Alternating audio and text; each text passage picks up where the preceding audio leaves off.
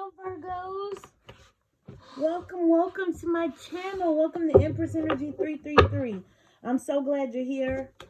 I don't know how my video popped up for you to even click it, but I'm glad you did. I'm so glad you did. I thank you for coming here to get a read with me today. I always say there are a lot of you Virgos, so it's a lot of energy floating around, and what I say here today may or may not resonate with you. If it doesn't apply, let it fly. Otherwise, I hope you get some real clarity and insight from this reading as we start this beautiful month of November 2021. Dude, if you want to really do a random act of kindness, you do not know how much it brightens a YouTube creator's day to receive those likes and subscribes. So if you really are looking to do a random act of kindness today, do one for me and press like. It helps this page grow because I'm new. So I'm trying to grow my page, and it would be very helpful if you did that. Otherwise, enjoy this freemium. And with that being said, I'm going to go ahead and pull some cards for you, Virgo. Knight of Cups, the Sun. It's always nice to see the Sun in a read. You also got the World, the Page of Wands, the King of Pentacles, and the Six of Swords. Knight of Cups.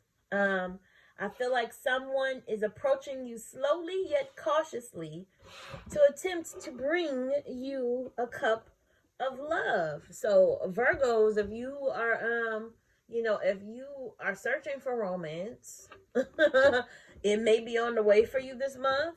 This card is a reminder to keep a lookout for it. Because the Knight of Cups, I mean, hello. That is basically what it symbolizes. Is somebody like riding up on their noble steed to give you their cup of love. It's an emotional offering.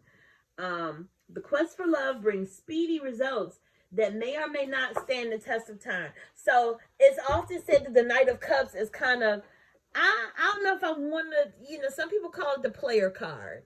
I mean, it could be that, but it could also be someone coming in with serious intentions and really wanting to offer you that cup. I just say tread lightly, have fun. You didn't have to marry the person yet. You're just meeting them. But give yourself a chance to get to know this person. The caveat is that sometimes this guy can disappear just as quickly as he shows up. But I mean, have fun in the moment, right? You also have the Sun here. I'm feeling like you are about, with this new year approaching, you are going to feel a sense of renewal and just energy, right? And the Sun always brings with it clarity and optimism, and it often comes after we've spent time in a dark space. So perhaps, Virgo, I don't know if you've maybe been experiencing a dark night of the soul, but the Sun moment often comes at the end of that. And who knows, maybe this Knight of Cups is a part of that Sun moment. In any case, you also pulled the World card, which often symbolizes the end of a cycle, a successful completion. It's reaping the rewards of that completion. So this could be interpreted a number of ways, especially at this time of the year. We're coming up on the close of the year. We're in the last quarter. If you work in corporate America, you know that a lot of people, it's the time when people are wrapping things up, closing the books, getting ready to start for the next year. So perhaps at work you completed a project that's done, and maybe you'll get like some sort of public recognition for that. Maybe that feeds into this Sun moment that you're having here.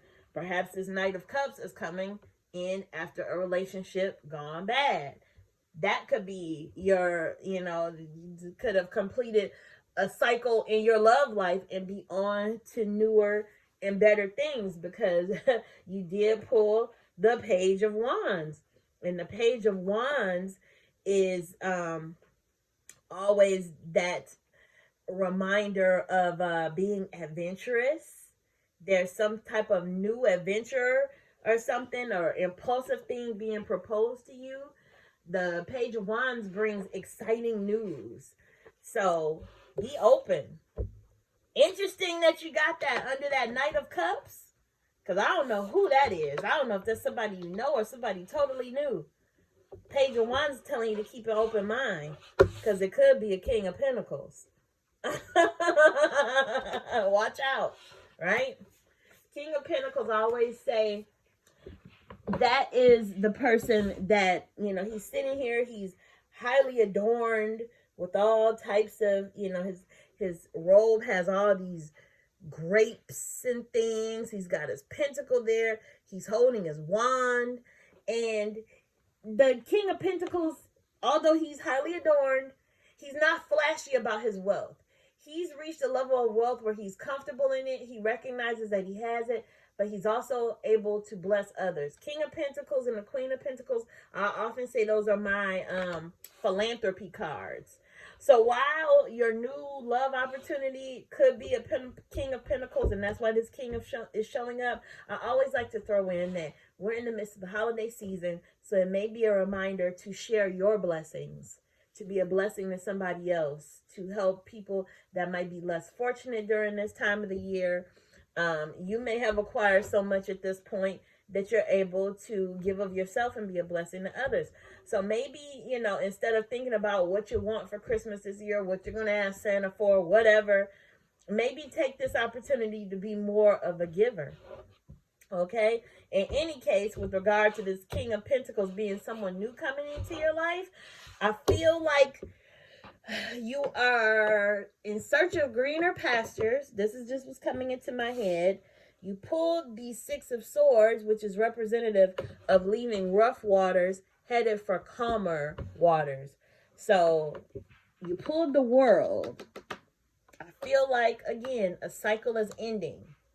Maybe, Virgo, some of you are leaving a situation and either, just focusing on yourself, or maybe you're headed towards something new. So Spirit, I ask that you help me clarify what we have already pulled. Give me some clarity. Help me to be clear and concise as I relay the story that you're telling us via these cards. Spirit, please clarify the cards that we've already pulled for our Virgo viewers.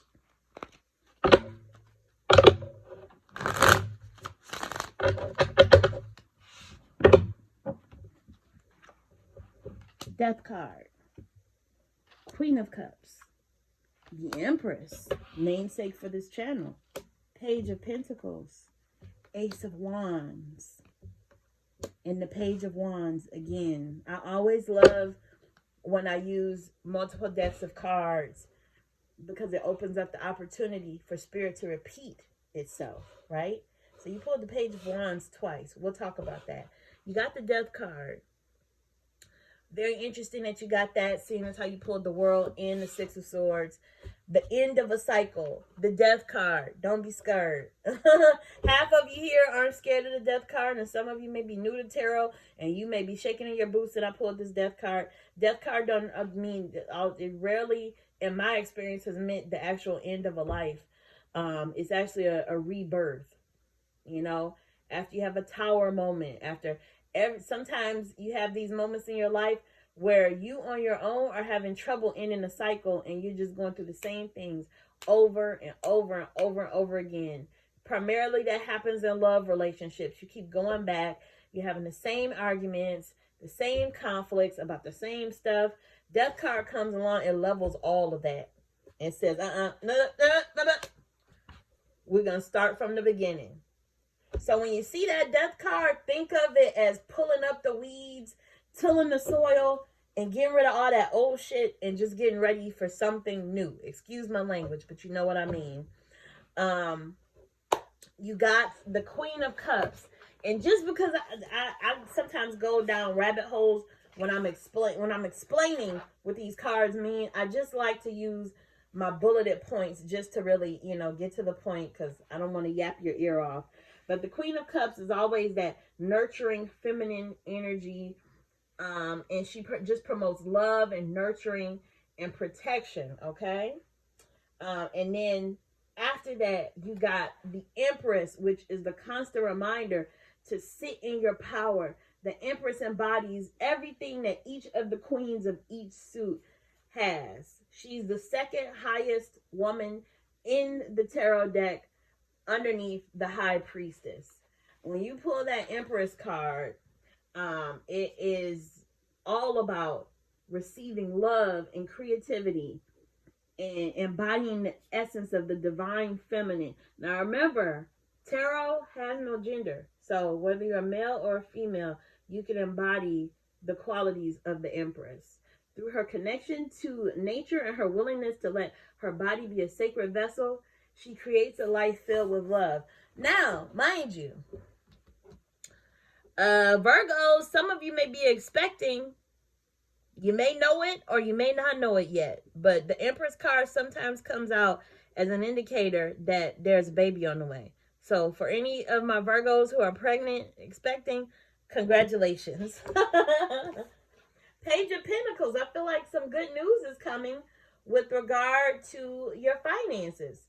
Pages are always, often the bearers of good news. And I feel like you have, some solid beginnings coming your way. You got some manifestation going on.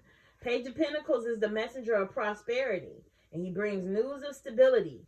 Stay grounded and enthusiastic in your approach, because, honey, you got a blessing coming. You got the Ace of Wands, okay? You got a divine gift coming from the great beyond, coming from on high. So keep your eyes open, okay?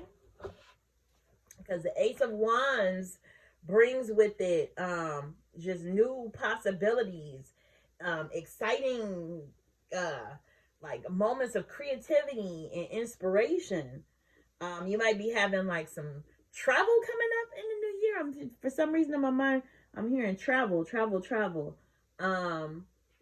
Whatever the case, it's a new beginning, change of scenery. That's another phrase I'm seeing in my mind. In any case, that card always brings news of like, some sort of opportunity, okay? You also got the Page of Wands.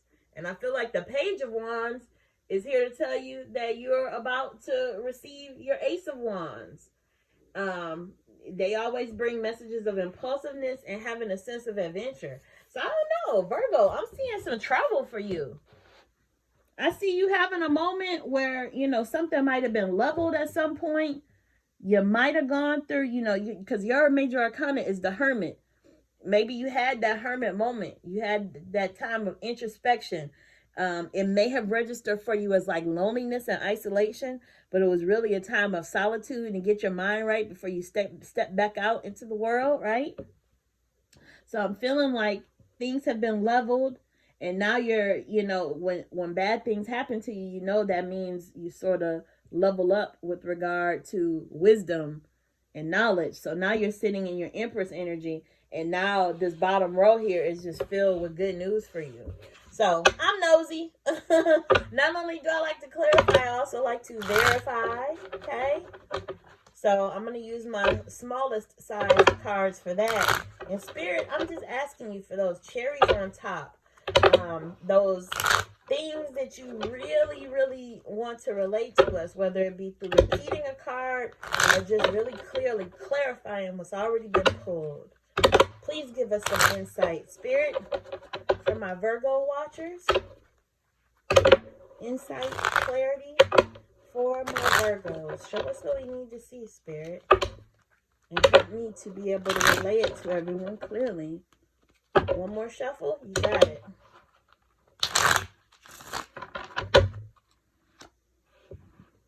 The Hierophant,